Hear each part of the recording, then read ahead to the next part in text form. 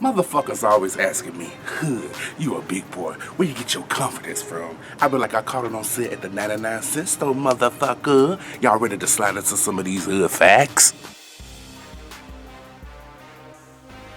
Hey, what's up, hood folks? This is Jeremy. How y'all doing today? Y'all see my barber still ain't came? This fucker ain't came, called me or nothing. I don't know that he watched my video and got in his feelings because I called him Master Splinter, but fucker, he is Master Splinter. I don't know if he in jail, dead, or what, I don't know. So, I mean, I've been working with the same barber for, he been cut my hair since 2013. And there's so many barbers in Dallas, I could have just been to another shop and got my hair cut, but I don't know. So I'm going to give him a week. I'm going to give him another week, and then after that, I'm probably just start looking for somebody else. I really don't want to look for nobody else because I'd rather him cut my hair because he cut it the best. And y'all see, I just washed it and put some kind of little moisturizer stuff on it, and this my real curly hair. Y'all see how curly hair? Look at it. Look at that curl. Look at that texture. I got that celebrity kid hair. Why every celebrity child have curly hair? Big curly hair. You ugly motherfucker. Anyway, and so don't come in my comments talking like, ooh, Jeremy, you got an S curl. Yeah, I got an S curl. Supernatural curl. I've been having this texture of curly hair ever since the day I fell out of my mama. So I just want to come make a quick little video. I'm going to try to make it quick, but I don't know if it may be 5 minutes. It may be 20 minutes, I don't know, but I'm just gonna talk, All right, it's been so many shootings in the past couple of years of black men, and it seems like black men are targeted by the police, and all the black people that's been killed by the police and nobody's getting convicted. That's ridiculous, first. But I just want to give my opinions on the two shootings that just happened in the past 48 hours. Two guys, one from Baton Rouge, I think his name was Alton, and another guy from Minnesota, I think his name was Phil. I know that's horrible, I should know these people's name, but my bad. Don't count it against me. I'll put it across the screen so we know who I'm talking about. And of course, everybody know what I'm talking about now, especially if you've been on social media. But the thing that trips me out, now, before I do this video, I want to let you know I'm not prejudiced at all. I'm not racist or anything. I'm friends with all people. I'm cool with all people, no matter what color your skin is. We can hang out and be friends. You can date who you want to date. If you want to date a fucking giraffe, a moose, if you want to date the trash, if you want to date light bulbs, if you want to date my dead granddaddy, date whoever you want to date. I'm not judging. I don't care. I'm only speaking for me. I'm not speaking for all men, all black men. I'm only speaking for this black man, okay? I could not date outside my race, and this is one of the reasons why. Me as a black man, I could not imagine laying in my bed, reading my Facebook, and seeing these black guys and seeing the video. Well, I haven't watched the videos. I can't watch the videos of nobody getting killed. I just can't do it. I've never watched any of those videos of nobody getting killed. Even though I like the ID channel, I just don't want to see nobody die.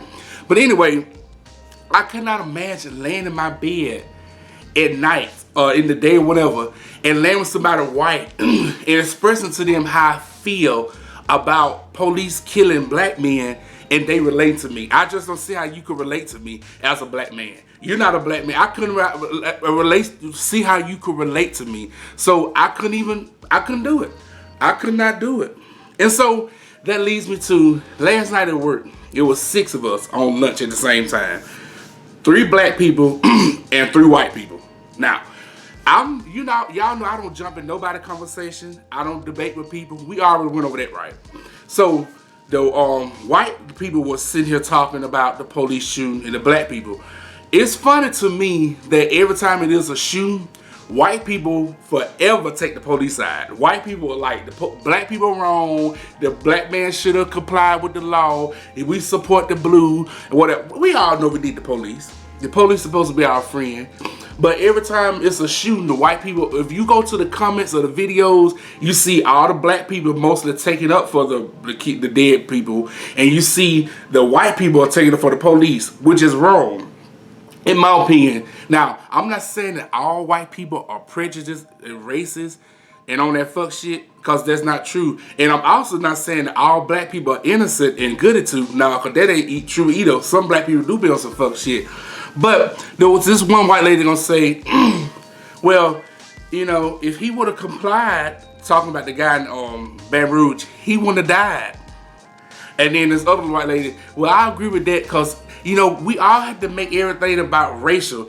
Everything is not about race. And I looked at her. The only thing I said in the whole conversation, I said, no, everything ain't about your race. It's about this race. My race, being black. Be realistic. Now, y'all know that black men are targeted in this country already on some fuck shit. They already label us as thugs and gangsters. That's why I don't call myself a nigga. That y'all already know that. That's why I don't call myself no nigga, because I'm not no nigga. And so they already label us already a bad threat to society already. And I don't like that shit like that. Leads me to this. Do the police really have to kill people?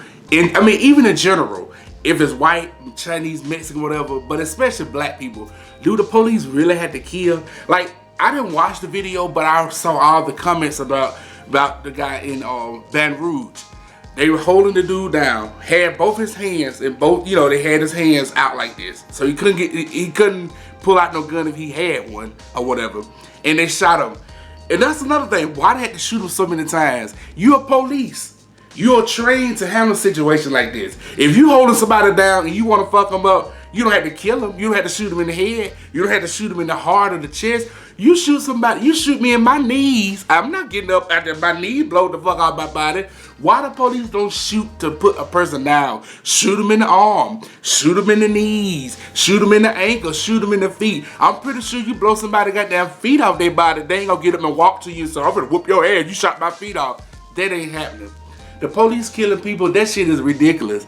It's old. It's old. It's played out. It's out of date. You know how some stuff go out of style? Like, man, ain't nobody wearing Jordan's jeans no more. Ain't nobody got no Bobby Brown haircut no more. That's out of style. Killing black people, killing black men, and police shootings and stuff, that shit is played out. It's out of style. And so, y'all already know I'm not for protesting. I'm protesting and all this stuff. I'm not here for that either. But if people want to protest and march, I think they should do it. If that you do what you feel like is right, I think you should do it.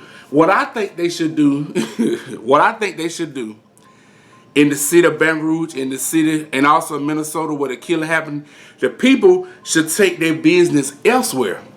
Y'all know how I am with money. Y'all know money changes a lot of situations. It's all about money. If you had to go buy groceries, go over to the next county, the next city, the next state, take your money somewhere else. I'm pretty sure if nobody spend their money in Baton Rouge and nobody spend their money in the city of Minnesota, other than like, you know, light bills and stuff like that, but you go buy gas, food, clothing, furniture, you know, buy cars and buy things from other towns and cities. Once the cities see that they're not making that money and they're not getting that revenue in from taxes and shit like that, I feel like they'll hear you. It might not make 100% change, but they'll hear you to a point where they'll say, you know, we need to start making some changes. That's number one. Take your money somewhere else. Also, on top of that, I think people need to get out and vote. We need to get out and vote the bullshit out of office. It's a bad, scary situation. It's a weird situation that me, as a black man, I had to drive down the road. And when I'm driving down the road at nighttime or whenever, when I'm hanging out, working, whatever, that I had to be fearful of the police. If it he pulled me over, I got to think about, is this my last time? You know, and I got bad habits. I got bad habits when it comes to driving. I don't speed no more. I used to drive like a fool, but I don't speed no more. But I hate wearing my seatbelt. I really do hate wearing a seatbelt. I swear I hate a seatbelt. But, you know, sometimes when I'm driving, not sometimes, all the time when I'm driving, you know, I hope I don't see no police because they can pull you over for not having a seatbelt on. It's bad that we, for traffic, for just driving, that we as black men have to be extra cautious. Make sure our tag light is not out. Make sure we don't have a broke tail light. Because it's like they pull you over for any little thing and they escalate the whole situation to the level of like, what the hell? What's that even cause for? I'm pretty sure if you take all the police shooting in the past 10 years for on any race, but especially black men, and if you want to disable a black person or disable a person, shoot him in the knee. Shoot him in the leg. Oh, you know, put them in the headlock, mace their ass down, tase them down. I'm pretty sure if you did that, that'll stop them. You don't have to kill them. You're a trained officer. You're a trained officer. You know what I'm saying? You should know how to do your job. I think it's fuck shit that people would be like, oh, he shouldn't resist it. I mean, come on, let me put you in the headlock. I'm pretty sure you're going to say, okay, Jeremy, I surrender to you. No, you're going to, it's just a natural reaction. Especially if you can't breathe and shit, you're going to be like, get off me, get off me. I hate when somebody hold me down. And if somebody holding me down, I'm going to be like, get on me, get on me. It's just a natural reaction. And people still sitting around talking about, oh, they shouldn't resist. They shouldn't resist. It's just stupid. It's just a lot of fuck shit. It's just a lot of fuck shit. I just can't believe in 2016 that we still going through the same shit that we were going through in the 50s. And the only thing difference is a rope and a gun. And then people like, oh, black people kill each other. Black people do kill each other. Black people own that fuck shit. We need to work on that too. I just want to say this, and I'm going to end this video just like this. Alright. And this is a story. And I hope it's, if the people who going through, you know, the white police is killing black people first, and then secondly, if you got somebody that done you wrong and they in power or whatever, I hope this just give you some kind of hope or some kind of light or something. Back in 2006, I bought this couch. Y'all, I've been to some of the sofas. Damn, it don't make no sense. Anyway, so with this couch, I bought the extended warranty on this couch, right? And with the extended warranty, it covers whatever. It's covered the whole couch. If it's tear up, they'll send a repairman out to fix the couch or fix whatever messed up on it, right? Okay, so one day, one time my couch, one part of my couch had broke in. And so I called the place up and they sent the repairman out. And the guy, they like, he'll be between 10 and 12. So about 10:30, somebody knocked on the door. And I went to the door and I opened it up. And it was this little frail looking man. I'll say, to me, he looked like his ass was about 70. And I said, I know this little dude ain't finna fix no couch. This little weak ass. But I don't know. Anyway, so he came in and I was listening to gospel. I see the hand writing on the wall. That's the song I was listening to. Who sang that song? Damn, I can't think of it right now. Anyway, I was listening to that one song right there. And so the guy was like, oh, you listen to gospel? I like southern gospel. I like soul gospel. Like I said, he was a white guy. Anyway, he's like, I like soul gospel. I like southern gospel. And I like the gospel. I said, okay, cool. So we got to talking about the couch. And he said, so I take it you're a Christian. I said, yeah, I'm a Christian. And we started talking about God and, you know, just different things. So he told me, so well, man, you got a part of your couch that's, this whole spring is broke. So what I'm going to have to do is order a part. And I'm going to come back next week. And I'm going to have to replace that whole part. I said, okay, cool. So the next week came. And what do you know? I was listening to some more gospel, but I was listening to somebody else. I can't remember who it was. I just remember handwriting on the wall from the first time. Anyway, so we got to talking. While he was fixing that, he said, how old do I look like I am to you?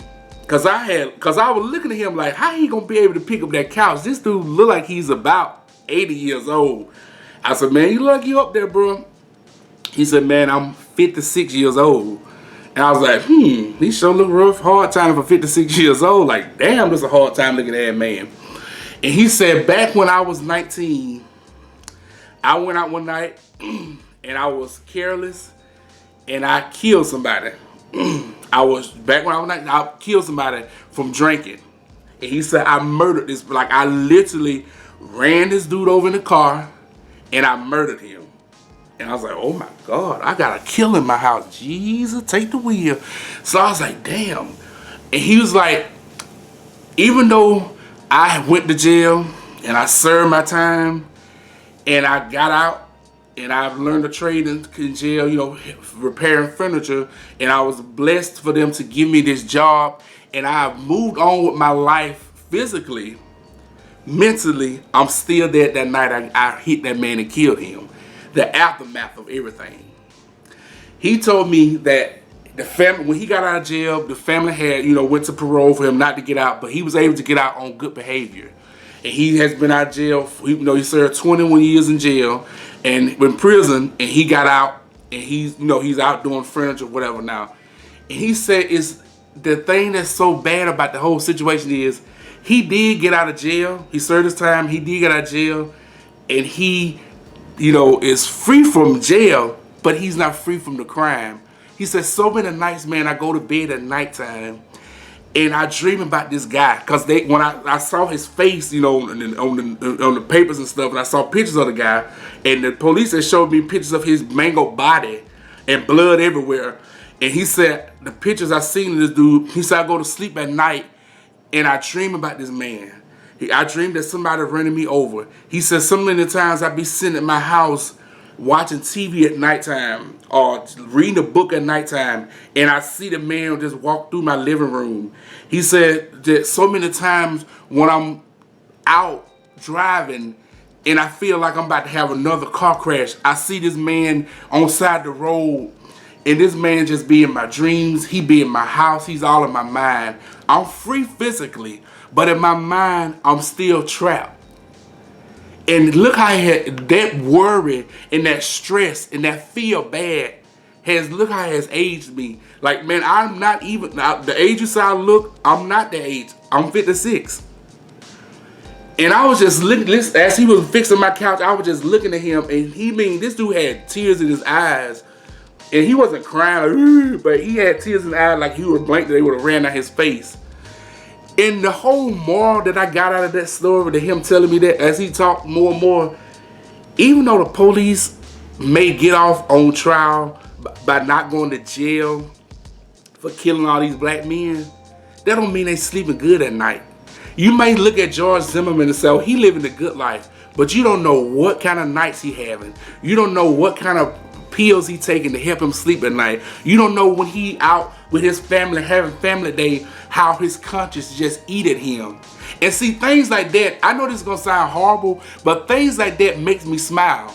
That even though if a person has killed innocent people or have killed people in general when it wouldn't even cause for, even back in the civil rights time, even back before I was born, how you know what kind of sleeping pattern, how you know what kind of life or quality of life these people have? Huh? That dude's story, when that dude told me that story, and it was just like, wow, wonder if he wouldn't have got drunk in that time and killed his man drunk driving, wonder would he be 56 years old looking like he 96?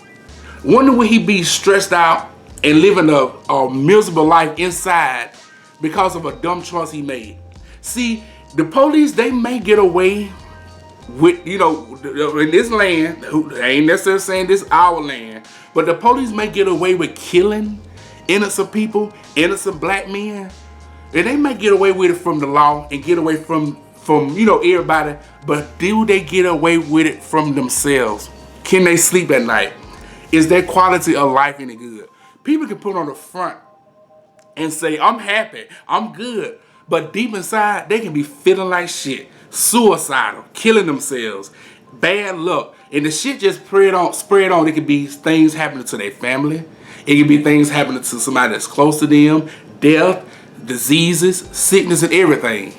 Do y'all see where I'm going with this? So, if you watching this video right now, and you feeling hurt, if you feeling hurt and you feeling down and out, and you feeling bad about how the police are killing innocent people, how the police are especially killing black men, and you feel like they're getting away with it, they're not getting away with it.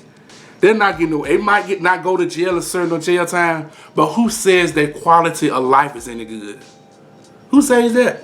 Just because you still got your job, or just because you got fired from your job, don't mean your quality of life is any good. I like that dude's story. I wonder what he's doing today. He probably look like 160 now. But that dude's story just inspired me just then to tell y'all this. How do y'all feel about the shoes? Let me know in the comments below. My whole mood is just, I don't know. I just don't know. I just know that it's a lot of fuck shit in this country. It's a lot of fuck shit in this country. That's it, hood folks. That's all I got.